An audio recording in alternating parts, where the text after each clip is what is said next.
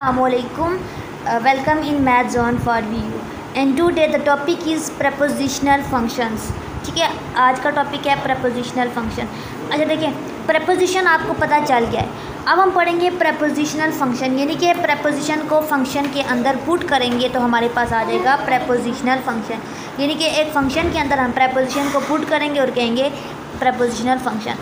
अच्छा यहाँ पे देखिए, कह दें कि अगर हमारे पास एक सेट है, ठीक है, ए, सेट का नाम है ए, ठीक है, और हमारे पास एक प्रपोजिशनल फंक्शन है पी ऑफ एक्स. देखिए, अगर हमारे पास एक फंक्शन है ना एफ ऑफ एक्स, तो हम क्या करते हैं, एक्स की जगह पे वैल्यू पुट करते हैं ना, तो यहाँ पे प्रपोजिशन है तो हम फंक्शन को पी लिखेंगे, ठीक है, और उसके अंदर एक्स पुट करेंगे. वही कंडीशन है सारी, जस्ट प्रपोजिशन की जगह पे एफ की फंक्शन की जगह पे पी आ गया है, ठीक है, प्रपोजिशन के लिए. अब देखिए यहाँ पे क्या कह रहे हैं कि हमारे पास इसकी एक प्रॉपर्टी होगी, इस पी ऑफ एक्स की क्या प्रॉपर्टी होगी कि P of A is true और फॉल्स, या तो ट्रू होगा या फॉल्स होगा, और एक्स बिलोंग करे ए बिलोंग करेगा ए से. ये देखिए, एक सेट है ए, ठीक है, उसके अंदर कोई भी एलिमेंट है, let's suppose A B C D so on, जितने भी एलिमेंट है, ठीक है.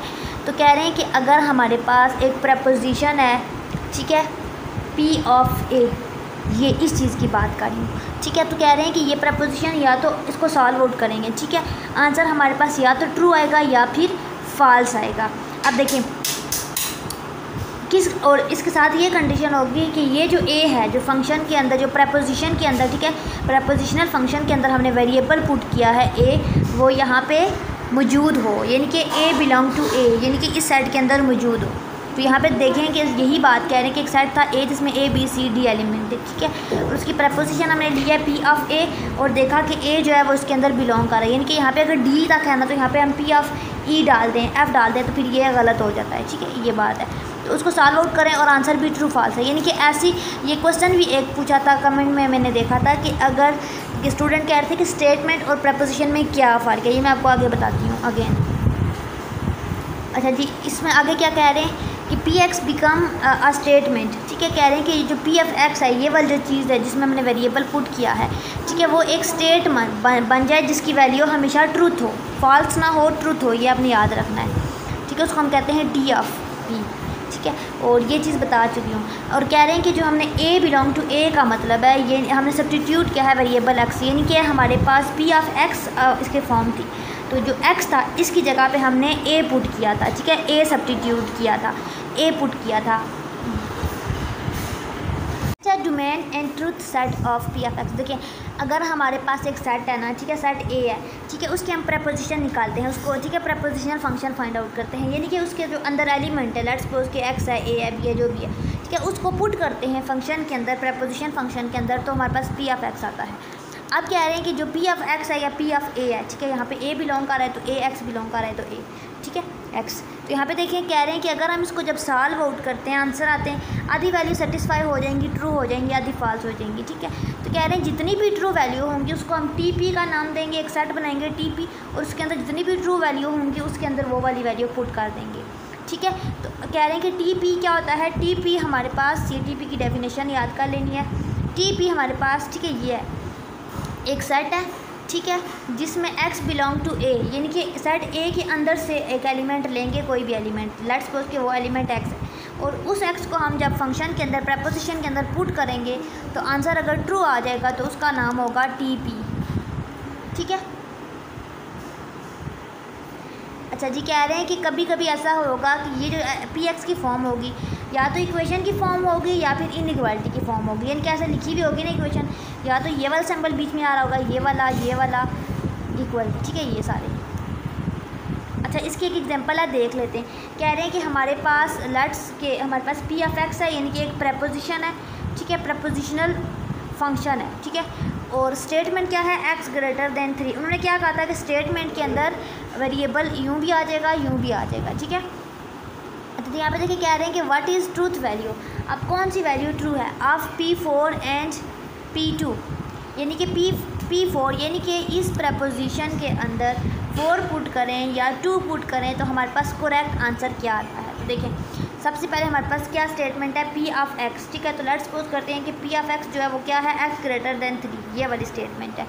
अब यहाँ पे देखें पहली कंडीशन क्या है, पी ऑफ 4 निकालनी है। तो यहाँ पे जहाँ जहाँ पे भी इसके अंदर एक्स है हम 4 डालेंगे, ठीक है। तो यहाँ पे हमने 4 पुट किया, पी ऑफ 4, तो यहाँ पे एक्स की जगह पे हमने 4 लिखा, ठीक है। अब हम इस कंडीशन को बाद में मैच करेंगे, अब इसको छोड़ देते हैं। अब हमने क्या करना है, नेक्स्ट पी ऑफ 2 पुट करना है, ठीक है। इसी स्टेटमेंट के अंदर, ये इस स्टेटमेंट के अंदर जहाँ पे भी एक्स है वहाँ पे 2 पुट करेंगे तो हमारे पास आ जाएगा P of 2 ratio 2 greater than 2।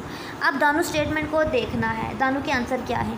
पहले स्टेटमेंट में कह रहे हैं कि 4 इज़ ग्रेटर देन 3, यानी कि 4 बड़ा है और 3 छोटा है। क्या ये बात सच है? यस, 4 बड़ा होता है और 3 पहले आता है, यानी कि ये ट्रू स्टेटमेंट है, ये सच्ची बात है। तो ये हमारे पास सिंपली हमने टी पी वाला सेट बनाना है और उसके अंदर लिख लेना है कौन सा नंबर हमने लिया है, 4, तो 4 लिख लेंगे ऐसे, ठीक है। अगर हमें कहते हैं कि टी पी निकालें इनका, ठीक है, लेकिन यहाँ पे टी पी की बात नहीं हो रही, यहाँ पे बस कह रहे हैं कि इसकी ट्रूथ वैल्यू क्या है, जस्ट बताएं, सेट के अंदर लिखने को नहीं कह रहे। देन यहाँ पे कह रहे हैं कि 2 इज़ ग्रेटर देन 3, 2 बड़ा है और 3 छोटा है, क्योंकि ओपन साइड 2 पे है, ठीक है, बड़ी साइड। तो ये गलत बात है, 2 छोटा होता है और 3 बड़ा होता है, तो ये हमारे पास फॉल्स स्टेटमेंट है, ठीक है। इसी तरह से आप किसी भी फंक्शन के अंदर वेरिएबल्स को पुट करेंगे, जो वेरिएबल सेट के अंदर मौजूद होंगे वो ही लेने हैं, ठीक है। देन आपने सॉल्व आउट करना है और आपके पास आंसर आ जाएगा। एग्जाम्पल 2, इसमें क्या है कि let P X denote the statement, ठीक है। एक स्टेटमेंट है, उसका नाम है पी एक्स, ठीक है। अब स्टेटमेंट क्या है, the word X contain the letter A, ठीक है, ये स्टेटमेंट है। अब देखिए वही एग्जांपल जो ऊपर गिवन थी ना वही है, जस्ट ऊपर इक्वालिटी में थी, ठीक है, मैथ की फॉर्म में थी, ये इंग्लिश की फॉर्म में है, बस ये फ़र्क है, ठीक है। तो इस इंग्लिश की फॉर्म में आपको सॉल्व आउट करना है इसको, ठीक है। देन फंक्शन के अंदर पुट करना और बताना है, ठीक है। तो कह रहे हैं कि देखिए क्या फाइंड आउट करें, value of P orange find करें और पी लेमन फाइंड करें। तो यहाँ पे अगर देखें तो पी लिखा हुआ है और अंदर कोई भी वेरिएबल है, ठीक है, ऑरेंज है या लेमन है, ठीक है, एक्स यहाँ पे हम यूज़ कर रहे थे, ठीक है, यहाँ पे ऑरेंज लेमन। तो ये हमें पता चल जाता है कि ये हमारे पास प्रेपोजिशनल फंक्शन को कह रहे हैं सॉल्व आउट करें। तो देखें क्या करना है, सबसे पहले क्या है हमारे पास पी ऑफ एक्स, ठीक है, पी ऑफ एक्स क्या है हमारे पास, ठीक है, the word X contain the letter A, इसके अंदर ये लिखा हुआ है। अब हमने निकालना क्या है, पहले पी ऑरेंज। तो पी ऑरेंज क्या होगा, फिर जहाँ पे स्टेटमेंट के अंदर लिखा होता है एक्स, वहाँ पे हम लिखेंगे ऑरेंज, क्योंकि पी ऑरेंज निकाल रहे हैं, ठीक है। The word X contain letter A, अब आ जाएगा the word orange contain letter A, ठीक है, एक ये स्टेटमेंट हो गई है। अब हम देखते हैं कि क्या ये बात सच है झूठ है। तो ऑरेंज के क्या स्पेलिंग होते हैं, ऑरेंज, ठीक है। आप मुझे बताएं इसके अंदर क्या कह रहे हैं कि the word orange contain the letter A, इसके अंदर ए मौजूद है, यस ये ट्रू स्टेटमेंट है, ठीक है। इस तरीके से आपने बताना होता है। अच्छा जी, the word lemon contain letter A which is false statement, कह रहे हैं कि दूसरा क्या है पी लेमन, ठीक है। तो आपने इसी स्टेटमेंट के अंदर जहाँ पे एक्स है वहाँ पे लेमन पुट करना है, तो हमारे पास स्टेटमेंट बन जाएगी the word lemon contain the letter A. अब क्या लेमन के अंदर ए है, नो, लेमन की स्पेल क्या है, LEMON, यहाँ पे ए कहीं पे भी नहीं आता, so it is false statement, ये देखिए यहाँ पे लिखा हुआ है। इस तरीके से आप इसको करते हो, ये बड़ी ही मज़े की एग्जांपल्स हैं, ये सारी आपने खुद प्रैक्टिस करनी है, ठीक है।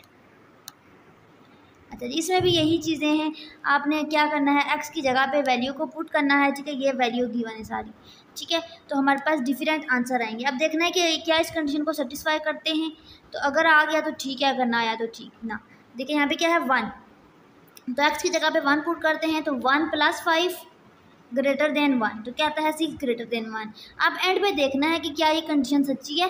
6 कह रहे हैं कि 6 वाली साइड बड़ी है, ठीक है, 1 छोटा है, यानी कि 6 ग्रेटर है और 1 छोटा है, तो ये सच बोल रहे हैं, यस 6 बड़ा होता है 1 छोटा होता है, ठीक है, ट्रू, ऐसे बताते हैं। नेक्स्ट है प्रपोजिशनल फंक्शन ऑफ 2 वेरिएबल्स, यानी कि अब आपके पास अगर एक फंक्शन के अंदर 2 वेरिएबल आ जाए, ठीक है। पहले तो हमारे पास फंक्शन में जस्ट एक्स आ रहा था या वाई आ रहा था, अब हमारे पास एक्स भी आ रहा है वाई भी आ रहा है, यानी कि 2 वेरिएबल्स आ गए। तो इसको कैसे सॉल्व आउट करेंगे। अब इसकी ट्रूथ वैल्यू के लिए हम क्या लिखेंगे, QXY हैज़ ट्रूथ वैल्यू, ठीक है। इसकी ट्रूथ वैल्यू के लिए हम क्या साइन करेंगे, QXY। इसकी एग्जांपल देख लेते हैं, ठीक है। कह रहे हैं कि हमारे पास एक ये स्टेटमेंट है, ठीक है, और ट्रूथ वैल्यू क्या है ऑफ प्रपोजिशन, ये देखिए अगर यहाँ पे ना भी लिखे ना ट्रूथ वैल्यू, तो आपको पता होना चाहिए कि ट्रूथ वैल्यू है। कैसे, Q के अंदर वैल्यू लिखी हुई है, ठीक है, कि जो Q के अंदर वैल्यू लिखते हैं उसको हम ट्रूथ ही असाइन करते हैं। अच्छा, यहाँ पे देखें ट्रूथ वैल्यू निकालें, तो देखें कि हमने क्या निकाला है, QXY। सबसे पहले स्टेटमेंट लिखनी है ये वाली, x = y + 3। अब यहाँ पे हमने क्या करना है, ये हमारे पास ये जो कंडीशन है ना Q12, ठीक है, इसको सॉल्व आउट करते हैं। तो हम लिखते हैं Q12 = ठीक है। अब यहाँ पे आप देखें यहाँ पे क्या है एक्स की जगह पे एक्स की वैल्यू पहली वाली वैल्यू एक्स की 1 आ जाएगी, ठीक है। देन हमारे पास क्या है इक्वल टू वाई, तो यहाँ पे वाई की वैल्यू क्या है 2, तो यहाँ पे 2 आ जाएगा। और यहाँ पे क्या है +3, तो +3 एज इट इज़ आ जाएगा। अब सॉल्व आउट करते हैं, क्या आया यहाँ पे हमारे पास 1 और इस साइड पे आया 3 और 2 फॉल्स। तो कह रहे हैं कि 1 is equal to false. Solve out करने के बाद ये आंसर आया है, ठीक है। 1 इज इक्वल टू 5, तो क्या 1 और 5 इक्वल है? नो, ये इक्वल नहीं है, ये गलत बात है, ठीक है। तो इसको हम कहेंगे it is a false statement. अच्छा जी, इसी तरह एक और क्वेश्चन है Q30। अब लेफ्ट हैंड साइड पे हमारे पास क्या है 3 और राइट हैंड साइड पे क्या है y +3, ठीक है। तो y हमारे पास 0 है, तो 0 + 3 करेंगे तो हमारे पास क्या देगा 3 इज इक्वल टू 3। तो क्या ये बात सच है? यस, 3 के ही इक्वल हो सकता है, तो हम कहते हैं it is a true statement. इसी तरह 2 या 2 से ज़्यादा आपके पास वेरिएबल आ जाएं तो आप उनकी प्रपोजिशनल फंक्शन को फाइंड आउट कर सकते हो, ठीक है।